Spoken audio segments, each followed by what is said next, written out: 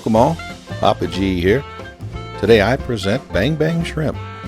My low-carb version of this sweet and spicy seafood appetizer has all the same creamy goodness of the original, but with less than a half a net carb per serving. Perfect for any low-carb diet. Let's get started. We'll begin by mixing our Bang Bang sauce. Simply add some mayonnaise to a mixing bowl. Add a touch of sriracha sauce. And we'll need about a quarter cup of a low-carb Thai chili sauce. I'll be using my low-carb spicy and sweet Asian sauce. I'll have a link in the description for that recipe below. Give a mix until thoroughly combined. Even if you don't make the Bang Bang Shrimp recipe, make this sauce. It goes well with just about anything. I used it on my hamburger the other night, and my wife used some as a salad dressing.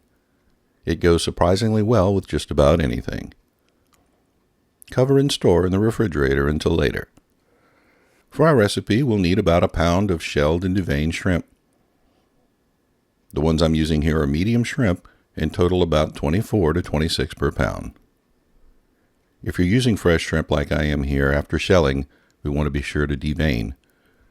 To do so, simply run a sharp knife along the back side and remove the vein.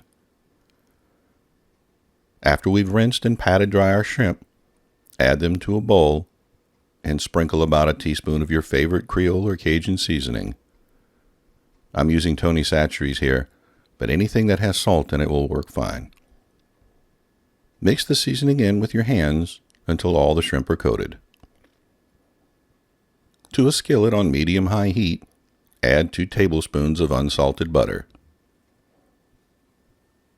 Add the shrimp and sauté for about a minute or two. You'll see the shrimp begin to turn pinkish orange.